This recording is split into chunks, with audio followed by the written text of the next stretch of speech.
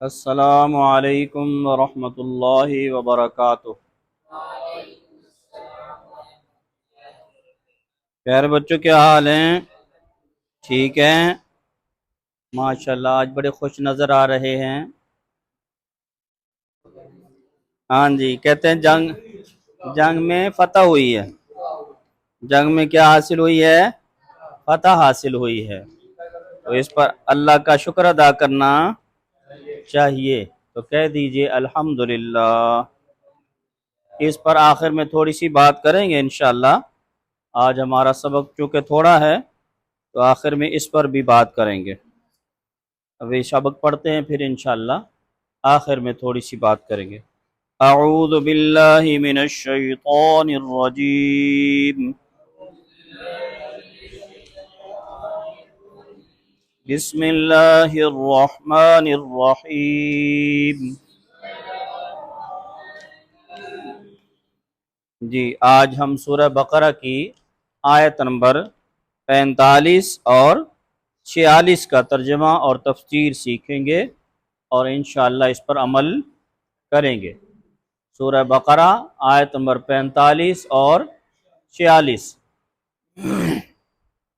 دیکھیے جی، آیت نمبر 45 کا وَاسْتَعِینُوا، واو کا معنی اور استعینوا، مدد طلب کرو، مدد طلب کرو، بالصبر، صبر کے ذریعے، صبر کے ذریعے، والصلاۃ، اور نماز کے ذریعے، وَإِنَّهَا، اور بے شک وہ، اور بے شک وہ کون؟ پیچھے ابھی کس کا تذکرہ ہوا؟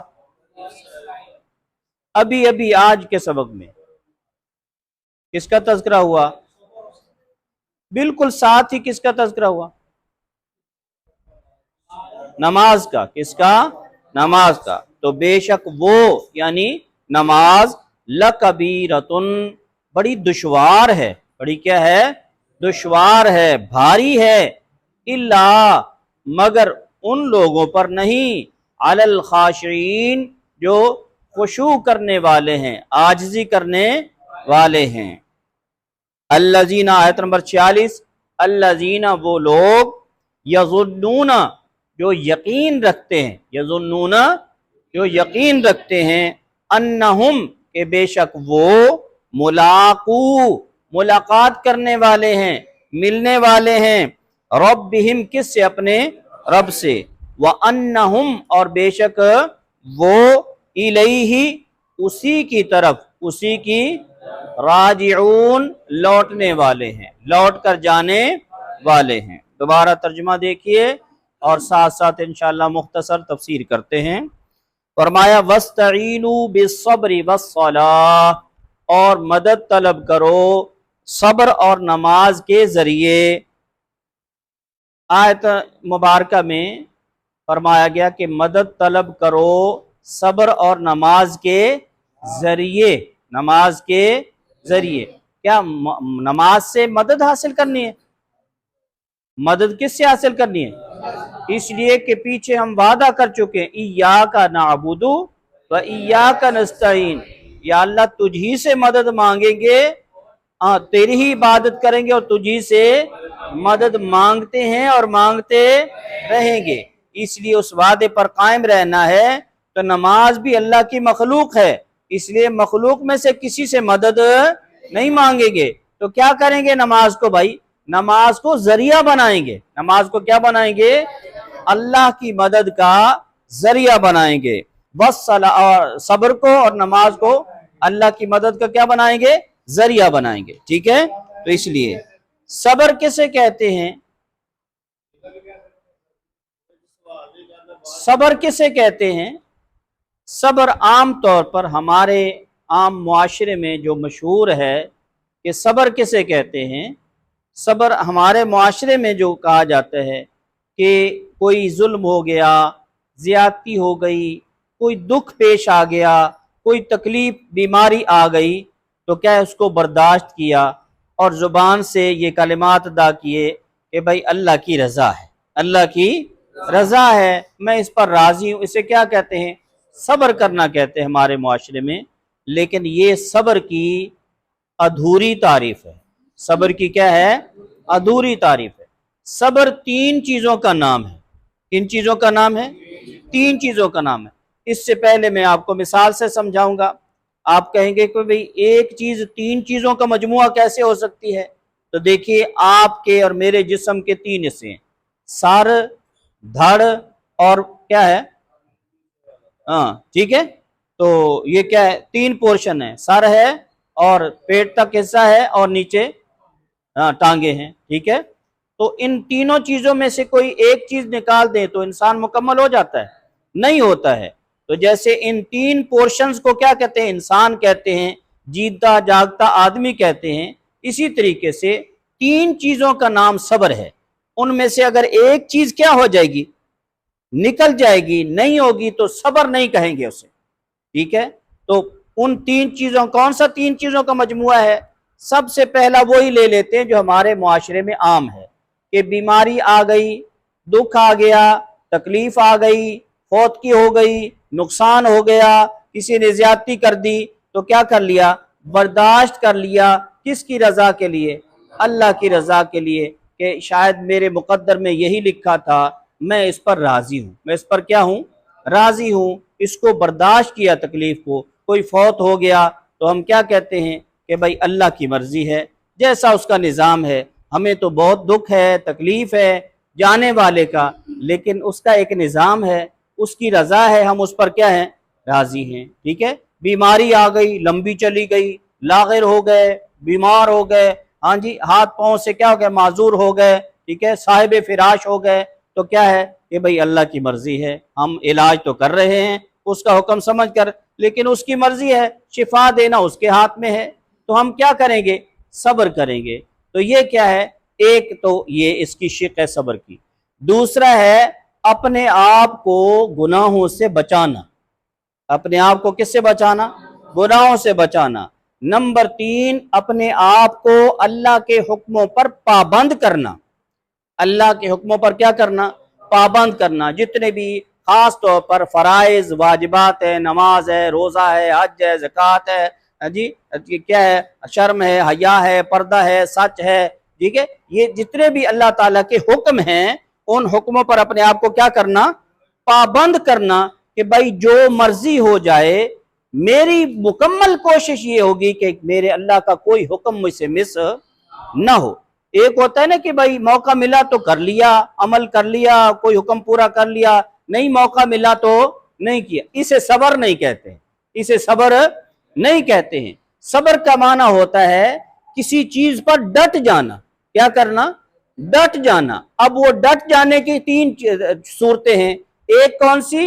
کہ اللہ کا حکم پورا کرنا ہے، چاہے دنیا ادھر کی ادھر ہو جائے. نماز نہیں چھوڑنی ہے، چاہے دنیا کی ادھر کی ادھر ہو جائے. روزہ نہیں چھوڑنا ہے، چاہے دنیا ادھر کی ادھر ہو جائے. اللہ کا جو بھی حکم ہے، سالانہ زکوٰۃ ہے، واجب ہے، میرے ذمہ فرض ہے تو دینی ہی دینی ہے، چاہے میرے گھر میں ایک دن کا بھی باقی نہ رہے. میں نے اللہ کا حکم کیا کرنا ہے؟ پورا کرنا ہے. تو اس پر ڈٹ جانا اللہ کے ہر حکم پر، یہ صبر کی ایک ہے شق. دوسری شق کون سی ہے؟ کہ گناہوں سے بچنا، اللہ کی نافرمانی سے اپنے آپ کو بچانا. اور کس طریقے سے بچانا؟ یہاں بھی وہی معنی ہے. صبر کا معنی ڈٹ جانا، کہ بھائی جو مرضی ہو جائے، میری خواہشات مجھ پر غالب آتی ہیں، مجھے گرانے کی کوشش کرتی ہیں، میرا نفس مجھے لالچ دیتا ہے، شیطان مجھے ورغلاتا ہے، لیکن میں نے اپنے طور پر کیا کرنی ہے؟ کوشش کرنی ہے کہ میں نے گناہ نہیں کرنا ہے. ٹھیک. اور نمبر 3 کون سا ہے؟ کہ ان دونوں کاموں کے کرتے ہوئے ظاہر ہے نفس پر کیا گزرے گا؟ تکلیف ہوگی نفس کو. ٹھنڈی راتوں میں فجر کی، عشاء کی نماز پڑھیں گے، نفس کو تکلیف ہوگی. رضائی سے نکال کر کہاں ڈال دیا یار، راستے میں ٹھنڈ لگے گی، ٹھنڈے پانی سے وضو کرنا پڑے گا. ٹھیک ہے. جہاد کیا، جان پیش کرنی پڑے گی. یار کہاں امن سکون سے امن کی بانسری بجا رہے تھے، یہ درمیان میں جنگ آ گئی، لڑنا پڑے گا. اب کیا کرنا پڑے گا؟ اپنے آپ کو مشقت میں ڈالنا پڑے گا. تو کیا ہے؟ نفس پر شاق گزرا ہے، اپنی سہولیات پر کیا کری ہے؟ اس پر زد لگی ہے، اس لیے کیا ہے؟ تکلیف ہو رہی ہے. تو کیا کریں گے؟ اس کو برداشت کریں گے. کوئی وفات پا گیا تو برداشت کریں گے.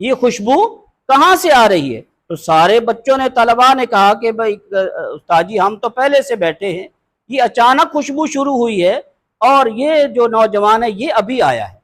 اب نوجوان کے دل میں کہ شاید کوئی پاخانے کا کوئی حصہ دھونے سے رہ گیا ہو تو اس کی بدبو آ رہی ہے، تو میرا مذاق اڑا رہے ہیں، تو اس نے یہ سمجھا، اور وہ حقیقت پر مبنی بات کر رہے تھے کہ یہ خوشبو دنیا کی تو نہیں ہے، یہ کسی جنتی آدمی کی خوشبو ہے۔ تو جب اس نے حقیقت حال بتائی تو پھر استاد صاحب نے تصدیق کی کہ بیٹا یہ تمہارے پاخانے کی بدبو نہیں ہے، یہ اللہ تعالیٰ نے تمہارے تقوی کی خوشبو تمہیں عطا فرمائی ہے۔ تو بات یہ ہے کہ انسان اگر بچنا چاہے تو صبر کا یہ طریقہ ہے کہ انسان گناہ سے بچ سکتا ہے۔ ٹھیک ہے، وقت کم ہے اور اس پر بہت ساری مثالیں دی جا سکتی تھی، تو میں نے عرض کیا کہ صبر سے کیا کرو، مدد طلب کرو۔ اور صبر کتنی چیزوں کا نام ہے؟ 3 چیزوں کا نام ہے۔ اللہ کے حکموں پر پابند رہنا، نمبر 2 اللہ کے گناہوں، اللہ کی نافرمانی سے آپ کو کیا کرنا، بچانا، نمبر 3 کوئی تکلیف آ جائے تو اسے کیا کرنا، برداشت کرنا اللہ کی رضا کے لیے، اسے صبر کہتے ہیں۔ اور دوسرا فرمائے وَالصَّلَاةِ، نماز سے کیا کرو، مدد، نماز کے ذریعے سے مدد حاصل کرو۔ تو یہ کیا ہے کہ نماز کیسے؟ تو اللہ کے نبی علیہ السلام کے بارے میں آتا ہے، صحابہ کرام فرماتے ہیں جب بھی آپ علیہ السلام کی زندگی میں اور ہماری زندگی میں جب بھی کوئی مسئلہ پیش آتا تو آپ علیہ السلام اور ہم نماز کی طرف متوجہ ہو جاتے۔ ہمارا سب سے پہلا کام کون سا ہوتا؟ نماز ہوتا۔ بھائیو آج یہ دور دور تک ہماری زندگیوں میں نہیں ہے۔ کوئی بیمار ہو جائے فوراً نگاہ کس کی طرف جاتی ہے؟ ڈاکٹر کی طرف جاتی ہے۔ کیا ہم مسلمان ہو کر یہ نہیں کر سکتے کہ بھائی گھر میں 4 افراد ہیں تو ایک بندہ جائے کہ اس کو ڈیوٹی لگائی جائے وضو کرو اور فوراً مصلی بچھا لو، دوسرے بندے کو کہا جائے 2 بندے جاؤ ڈاکٹر کی طرف جاؤ، تیسرے بندے کی ڈیوٹی لگائی جائے جاؤ جا کے صدقہ کر کے آؤ، یہ سنت عمل ہے۔ لیکن ہمارا سارا کیا ہے، کس پر ہوتا ہے فوکس؟ اسباب پر ہوتا ہے۔ اور اللہ تعالیٰ نے جو چیز بتائی ہے کہ نماز کے ذریعے سے اللہ سے کیا کرو، مدد طلب کرو، وہ عمل ہم نے چھوڑ دیا۔ بھائی علاج کروانا منع نہیں ہے، اسباب اختیار کرنا منع نہیں ہے، لیکن طریقہ وہ اختیار کرنا چاہیے جو ہماری تعلیمات میں ہے، جو ہمارے اسلام نے ہمیں سکھایا ہے۔ تو میں نے آج آپ کو ترتیب بتا دی، گھر میں کوئی بھی مسئلہ پیش آ جائے، کوئی تھانے کا، کوئی کچہری کا، کوئی بیماری کا، کوئی ڈاکے کا، کوئی چوری کا، کوئی لاس کا، کوئی فوت کا، کوئی موت کا، کوئی بھی مسئلہ پیش آ جائے تو سب سے پہلے اپنی تشکیلات کرو۔ کچھ لوگ نماز کی طرف متوجہ ہوں، بھائی صلاۃ الحاجت پڑھو، اللہ تعالیٰ سے مانگو۔ کچھ لوگ صدقے خیرات کی طرف متوجہ ہوں، اور کچھ لوگ جو ہے اس سچویشن کو سنبھالنے کی کیا کریں، کوشش کریں۔ تو یہ ہے نماز کے ذریعے سے کیا کرو، اللہ سے مدد حاصل کرو۔ صحابی کا واقعہ آپ نے سنا ہوا ہے، جی زمیندار ہے، جی بارشیں ہو نہیں رہی، عرصہ دراز ہو گیا، زمین خشک پڑی ہوئی ہے، فصل جو ہے وہ کیا ہے، کھیتی برباد ہو رہی ہے۔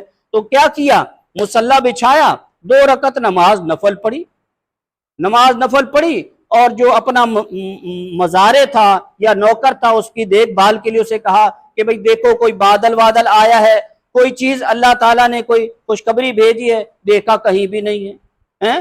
تو یہ نہیں کہا کہ بھئی نماز پڑھ چھڈی، بہت ہے جی، سنت پوری کر چھڈی، اور کی کریے، ہاں جی۔